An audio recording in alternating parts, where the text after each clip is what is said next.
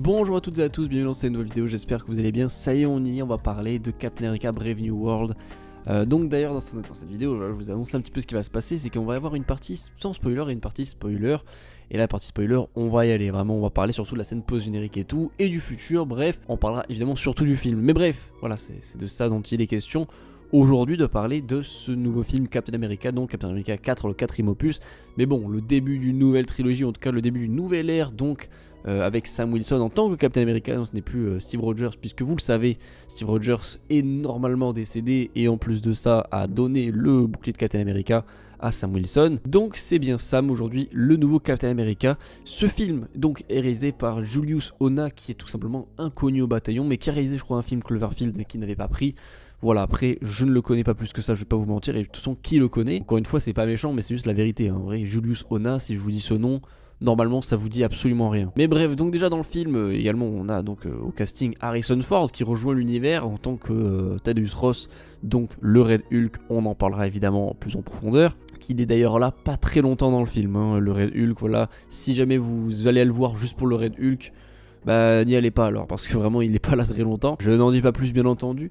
Et ensuite donc voilà, Harrison Ford qui rejoint l'univers après la mort donc de l'ancien acteur Giancarlo Esposito. Évidemment nous avons Anthony Mackie, Danny Ramirez qui donc joue le nouveau Faucon. Mais donc qu'est-ce que j'en ai pensé de ce nouveau film? Comme j'ai fait plein de vidéos dessus évidemment, et sur le MCU on en parle assez régulièrement. C'est un film que j'attendais quand même un petit peu, parce que tout simplement c'est le premier film un petit peu de cette nouvelle ère là du MCU depuis la reconstruction qu'il y a eu, surtout du coup après Deadpool et Wolverine qui était le dernier film officiellement du MCU. Donc là voilà, j'attendais ce film avec impatience, puisque là on arrive progressivement à Avengers Doomsday. Vous savez, il y a donc Captain America 4, ensuite il y a Thunderbolts, puis les 4 Fantastiques, et ensuite l'année prochaine on a Avengers Doomsday. Et d'ailleurs qui commence son tournage là le mois prochain, voilà, à Londres, bref. Donc du coup voilà, je l'y attendais, surtout comme je vous l'ai dit plein de fois, c'est un peu le renouveau, puisque, enfin c'est pas vraiment le renouveau, mais en soi là on retourne un petit peu dans les bases du MCU, c'est-à-dire là on a plein de références et on le sait à l'incroyable Hulk, puisqu'on a littéralement Red Hulk, Samuel Stern dedans, bref. Et donc du coup il y a beaucoup aussi de liaisons, même avec les Éternels, puisqu'on a Tiamut évidemment qui est dans le film, enfin qui est qui est une île, hein, qui est devenue une île. Donc on a quelques liaisons, voilà, quelques easter eggs et tout, et c'est plus ou moins sympa. Et le truc c'est que c'est un film surtout d'action, espionnage et tout, guerre froide un petit peu, voilà cette ambiance là qui faisait penser évidemment à Captain America The Winter Soldier, qui est un film absolument magistral réalisé par Anthony et Joe Russo. Les scènes d'action étaient géniales, et dans ce film là j'en attendais aussi pas mal à ce niveau là, surtout sur les scènes d'action, et on va dire globalement autour du scénario un petit peu guerre froide, et comme je vous l'ai dit, espionnage. C'est vraiment un aspect du MCU que moi j'aime beaucoup, et que Anthony et Joe Russo avaient vraiment fait génialement bien dans ce film.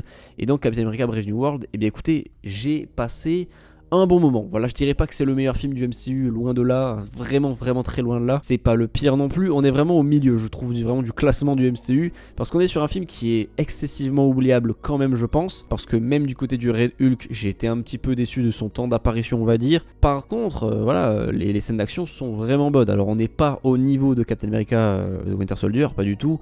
Voilà, au niveau même visuel, il y a de temps en temps des petits trucs qui font un petit peu mal aux yeux, surtout lors un petit peu de la bataille entre Captain America et Red Hulk qu'on voit dans la bande-annonce. Il y a des petits plans dans le film qui sont absolument dégueulasses, vraiment au niveau fond vert, c'est horrible. Après globalement le reste visuellement c'est plus ou moins sympa, les effets spéciaux sont vraiment corrects et tout, là-dessus il n'y a pas vraiment de problème, vraiment, même sur le Red Hulk qui est vraiment bien fait. Mais c'est vrai que le film prend un peu trop son temps quand même à arriver au dénouement final, et en fait c'est un petit peu ce que beaucoup de gens ont remarqué aussi sur internet, c'est que c'est vraiment lent en fait, hein. Ils prennent vraiment leur temps et tout à arriver au dénouement, et quand t'arrives au dénouement, ça devient vraiment intéressant. C'est au 3ème acte que le film commence vraiment à devenir intéressant. Dites-vous que les deux premiers actes c'est bien, mais vraiment c'est que de l'introduction à ce qui va se passer, même si voilà, on comprend un petit peu là où on va, puisqu'on a vu les trailers encore une fois, et ça c'est vraiment dommage parce que les trailers nous spoilent littéralement comment les choses arrivent. En fait, si tu vois les trailers, au fur et à mesure du film tu découvres un petit peu là où on va et comment ça va se terminer, et ça c'est vraiment atroce. Vraiment, moi j'ai trouvé ça vraiment horrible. Au moment où on arrive vraiment à la fin du film, je me suis dit je sais déjà ce qui va se passer vu que j'ai vu les trailers. Donc voilà, donc là-dessus c'est vraiment un énorme point négatif quand même. Et le problème c'est que le 3ème acte est génial mais trop court. Vraiment j'ai l'impression qu'ils ont un peu bâclé, enfin pas bâclé mais c'était trop rapide. Vraiment le rythme par rapport au rythme global du film, du 3ème acte, était trop rapide. On est sur 2 actes qui sont relativement lents, qui prennent leur temps et tout d'introduire, et ça c'est vraiment sympa. Même l'action et tout qu'il y a de temps en temps, c'est vraiment cool, et tu passes un bon moment. Franchement j'ai pas c'est pas un film, c'est pas un mauvais film. Les deux premiers actes sont bien, mais vraiment le rythme est trop lent par rapport à un troisième acte qui est trop rapide. Et donc du coup, bah j'étais un peu déçu de la fin. Je vais pas vous mentir que moi j'ai passé un bon moment, et quand on arrive au troisième acte, j'étais là putain, c'est vraiment super ce qui se passe. Boum, c'est fini. Et je m'attendais à plus malheureusement, et je pense que ça aurait été même pas mal que le film soit un tout petit peu plus long quand même et qu'on ait autre chose à la fin, et même pour la scène post-générique, donc j'en parlerai après, mais voilà, un petit peu déçu quand même. On le savait de toute façon, pour ceux qui suivent un petit peu les réseaux et tout, on savait que voilà, il y avait des rumeurs comme quoi, avec les reshoots qu'il y avait eu sur le film, parce qu'il y en a eu plein, on savait que la scène post-générique en faisait partie, et donc elle était un peu rajoutée au dernier moment. Clairement, lorsque vous la verrez, vous allez comprendre pourquoi on a ce ressenti. Mais après, même sur l'évolution et sur le développement, on va dire, des personnages, que ce soit Isaiah Bradley ou même du coup le Faucon, je ne sais plus comment il s'appelle, si Joaquin Torres, pardon, excusez-moi, et Sam Wilson évidemment, bah même là-dessus, j'ai trouvé que c'était un peu trop rapide et pas assez développé par rapport à ce qu'était The Falcon and the Winter Soldier, où là même j'ai l'impression que les développements des personnages dans cette série étaient 1000 fois mieux que dans le film. Là aussi je suis un petit peu déçu parce qu'en fait ils rabâchent tout le temps un peu la même chose autour de Sam Wilson, comme si on n'avait pas vu la série. En fait dans la série, tout ce qui se pose comme question, bah ils se le posent déjà dans la série, et ça c'est un petit peu dommage. Par exemple le fait si je suis pas à la hauteur et tout, normalement t'es censé déjà être passé à travers ça, puisque tu l'as déjà posé, cette question tu te l'as déjà posée dans la série, et donc du coup bah pourquoi avoir fait la série pour sortir ce film? Pour moi vraiment il y a un problème au niveau des cohérences, et bah, dans tous les cas il y a eu la reconstruction, ils étaient obligés de sortir ce film. Je pense que du coup le film devient un peu inutile. C'est pour ça qu'à mon avis je pense que bah, la série justement, si elle n'était pas sortie, ce film aurait été bien moins oubliable. Je pense que là si ce film avait pris un petit peu certains trucs de la série, ça aurait été 1000 fois mieux, ou en tout cas on se serait souvenu beaucoup plus de ce film, parce qu'il posait vraiment les bases sur la psychologie du personnage et comment il allait vraiment accepter pleinement le rôle de Captain America. C'est ce qui s'est déjà posé comme question dans la série. C'est pour ça que du coup, au final dans ce film, bah, t'as l'impression que c'est un peu inutile et que l'histoire, bah, elle a pas grand intérêt. Même si encore une fois, là j'ai beaucoup parlé de choses négatives, mais en soi le film est vraiment cool. Le film est intéressant à suivre, l'histoire est cool, voilà, bon il y a plein de sauts un petit peu scénaristiques, facilité pardon, scénaristique je voulais dire, mais ça voilà, c'est l'habitude du MCU, même visuellement parfois il y a des petits trucs qui pêchent un petit peu, mais globalement voilà, la relation entre le Faucon, le Captain, même le développement autour d'Harrison Ford et du général Ross, là pour le coup est vraiment, je veux dire le général, non le président Ross, hein, donc Octavius Ross, elle est vraiment excellente. Moi je trouve que le personnage est vraiment très bien réussi, très bien adapté, il n'y a aucun problème avec ça. Même le Red Hulk et tout, en soi, lorsque ça on arrive au Red Hulk, c'est vraiment sympa, même si bon, je trouve que c'est encore un peu trop court, mais même voilà, autour de Giancarlo Esposito, le personnage est sympa, bon il n'est pas là non plus très longtemps, mais ça reste quand même un bon film. Ça, je pense que c'est dans le moitié vraiment du MCU, dans le top. Je pense qu'il n'est pas vraiment excellent, il n'est pas mauvais. C'est un bon film qui s'oublie quand même assez facilement, malgré, enfin c'est surtout à cause justement de la série The Falcon and the Winter Soldier qui a imposé du coup les bases et qui a amené à ce film. Mais pour moi il aurait fallu faire un choix entre soit la série soit le film, mais bon je pense que voilà, ils étaient un peu obligés de faire le film, donc on l'a eu. Il est là, il existe, voilà, il a des qualités, il a des défauts, c'est un bon film, mais on va pas plus loin. Voilà donc pour cette petite critique sans spoiler, et maintenant on passe à la partie spoiler, et là ça va y aller, et on va aussi parler de la scène post-générique. Donc pour celles et ceux qui sont là, c'est pour parler spoiler, et écoutez, un petit peu déçu du Red Hulk, voilà je vais vous le dire, parce que vraiment il est là que 3 minutes quoi, en gros il est là à la fin. Alors on sent, et puis même comme je vous l'ai dit au début de la vidéo pour ceux qui étaient là, bah en gros je sentais quand tu vois la vidéo, enfin quand tu vois les trailers et tout, bah tu te rends compte qu'arrivé au deuxième acte, bah on n'a pas encore eu les scènes à la Maison Blanche, on n'a pas encore eu les scènes entre Captain et le Red Hulk, et donc tu te doutes que ça c'est la fin du film puisqu'on arrive vraiment à la fin. Et à ce moment-là, je me suis dit, putain, c'est vraiment dommage quoi, que ce soit si rapide par rapport à deux actes qui sont assez lents tout simplement. Après voilà, les scènes d'infiltration, tout ça, où ils sont en train de s'infiltrer dans le fameux labo qui est perdu au milieu de nulle part, c'était sympa. Même la relation entre Joaquin Torres et Sam Wilson est sympathique à suivre, avec Isaiah Bradley aussi au début du film, les délires qu'ils ont entre eux, vraiment c'est vraiment bien fait, et j'aime beaucoup aussi voilà, leur relation et tout. Je trouve que c'est vraiment intéressant à suivre, et c'est cool tout simplement. Mais c'est dommage de faire deux actes comme ça qui sont bien hein, quand même, je le redis encore une fois, mais malgré tout un peu absent de... Enfin, il n'y a pas vraiment beaucoup d'évolution sur Sam Wilson. En fait, j'ai l'impression que quand ils ont fait ce film, ils étaient conscients qu'il y avait la série et qu'ils ont tenu quand même certains propos de la série pour les remettre dans le film. Sauf que du coup, ça n'a pas intérêt. T'as l'impression que Sam Wilson, il se pose toujours les mêmes questions et qu'il avance pas beaucoup. Donc là, à la fin du film, oui, il avance, il accepte pleinement le rôle et tout. Il a pas besoin de prendre le sérum, etc. Enfin, c'est des questions qui se posaient déjà dans la série. C'est dommage quand même de revenir dessus parce que pour ceux qui ont vu la série, je sais pas si elle a vraiment bien marché, mais quand même, tu vois, elle a fait son bruit et tout. Donc c'est vraiment dommage de faire un film juste après qui reprend les mêmes trucs. Pour moi, ça fait pas trop avancer le personnage, même si bon, au final, oui, quand même, il avance. Surtout grâce à sa petite discussion avec Bucky. D'ailleurs, même ça, j'ai pas trop compris pourquoi il était dans ce truc, dans ce délire, la politique et tout. Alors que juste après, il est dans Thunderbolt, où il est censé être avec des criminels. Enfin, voilà, je ne sais pas trop ce qui se passe. On verra ça évidemment de près quand Thunderbolt va sortir.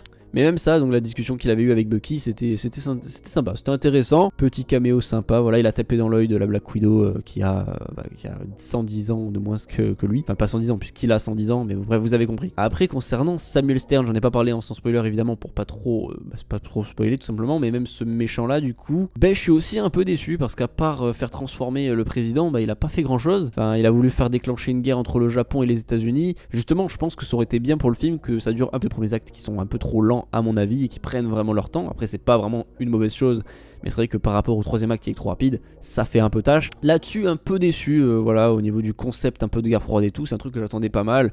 Au final, bon, c'est bien, mais on n'est pas au niveau de Captain America et le soldat de l'hiver, tout simplement. Même de Civil War, parce que là, c'était carrément entre les héros. Bon, là, on n'y est pas évidemment, mais voilà, même là, le concept, l'ambiance et tout, on n'y est pas trop. Après, sur les scènes d'action, comme je l'ai dit, c'est sympa. On n'est même pas au niveau, comme je l'ai dit, de Civil War ou de The Winter Soldier, parce qu'Anthony J. Russo, voilà, c'est quand même autre chose en termes de réalisation et de mise en scène, même si c'est pas vraiment eux qui font les scènes, vous avez compris ce que je voulais dire. Et aussi un truc qui m'a un peu énervé, c'est que, donc c'est bien, on a des caméos, voilà, comme je l'ai dit, de Bucky. À la fin du film, on a Betty qui arrive pour parler à son père, mais on n'a pas Hulk. Genre, le film tourne littéralement autour du premier, enfin des méchants de Hulk, donc le Red Hulk, et on a même du coup Samuel Stern qui était dans le film Hulk avec des pleins de passages où on voit Hulk, on voit l'abomination, tout ça, et on nous parle véritablement de ces événements-là, sous-entendant donc que potentiellement Hulk serait de la partie et tout, mais non, même pas, c'est-à-dire qu'on parle des rayons gamma, on parle de Hulk, on parle du Red Hulk, on parle de Samuel Stern, on a Samuel Stern, on a Red Hulk, mais on n'a pas Hulk, on n'a pas Hulk qui débarque à la fin, ou même Bruce Banner à la limite, non, on n'a rien du tout, et ça c'est terrible, genre comment on peut faire un caméo de Bucky, même de Betty Ross qui n'est pas apparue depuis l'incroyable Hulk, mais ne pas au moins avoir Hulk, qu'on a eu dans la scène post-générique de Shang-Chi, qui n'avait rien à voir avec Hulk. Enfin, il y a un vrai problème là, je comprends pas. Il aurait été même bien de voir un petit peu voilà, la forme qu'il a actuellement, puisque comme on l'avait vu dans Shang-Chi, même dans She-Hulk en fait, j'ai oublié qu'il y avait cette série. Mais normalement on a le prof Hulk quoi, on a prof Hulk ou on a Bruce Banner, donc ça aurait été bien de voir un petit peu comment il est visuellement avant de le revoir potentiellement dans Avengers, mais même ça on l'a pas, donc ça c'est vraiment terrible. Je ne comprends pas comment c'est possible de faire une telle erreur de caméo, vraiment, même je pense que ça aurait été même plus intéressant qu'on ait du coup le Hulk que plutôt Betty Ross, ou même le Bucky en vrai, c'est vraiment horrible. Mais bref, voilà, le film est sorti, c'est terminé, maintenant on va patienter en attendant Thunderbolt, mais au final du coup, ah oui c'est vrai la scène post-générique, il faut en parler quand même, parce que bon, voilà, et même eux ils ont eu ça à la fin, je pense quand ils étaient en train de faire les chutes, ils se sont dit ah oui, putain la scène post-générique, il faut tourner un truc vite fait là, et bah écoutez, bon il y a les Avengers qui arrivent, bon allez il faut faire un truc avec Avengers Doomsday, il faut faire un truc, oui Samuel Stern t'es intelligent, est-ce que voilà, parle un petit peu des incursions, et boum, voilà, on a une scène post-générique avec Samuel Stern qui dit simplement oui je l'ai vu dans les probabilités, tu crois que t'es le seul univers, mais il y a plein d'autres univers, t'es pas prêt pour la bataille qui arrive, sous-entendant donc il parle des incursions et d'Avengers Doomsday et des autres univers et donc du multivers. Voilà, il fallait faire une connexion avec le multivers et parler un petit peu de ça. Bon, il fallait se servir du cerveau de Samuel Stern pour en parler. Ça paraît logique, mais encore une fois, vraiment ça se sent que vous l'avez préparé au dernier moment cette scène post-générique, hein. Vraiment juste pour dire, ah ouais, il faut peut-être accrocher les wagons. C'est terrible vraiment d'avoir cette idée au dernier moment comme ça, un petit éclair de génie. On n'est pas con, alors on sait très bien qu'on va se diriger sur ça. Bon, je veux dire, même au-delà du grand public. Oui, nous on sait très bien sur quoi on se dirige, on connaît même les dates de tournage, on sait quand est-ce que les films arrivent, Avengers Doomsday, on connaît les titres, on connaît tout, mais pour le grand public qui n'est pas vraiment au courant de la situation, même là ils sont pas débiles les gens. Je veux dire, il y a littéralement eu Loki saison 1 et 2 qui a été un carton monumental, et en plus de ça on a eu Doctor Strange 2 qui s'appelle In the Multiverse of Madness, sous-entendant donc que les gens ont compris que là le thème c'était le multivers. En plus de ça, c'est pas comme si Spider-Man No Way Home avait fait genre le milliard, tu vois, non pas du tout. Donc on n'est pas con, on a très bien compris que voilà, on allait parler multivers encore une fois et que ça allait être la fin, enfin bref. Voilà, je trouve ça un peu trop léger. Bon après, comme je vous l'ai dit, ce film, en vrai de vrai, il est un peu inutile. C'est-à-dire qu'il apporte pas grand-chose, à part peut-être un petit peu voilà, de renouveau et tout simplement de retour aux sources, un peu sur un MCU un petit peu plus terre-à-terre, comme l'a été les derniers Captain America.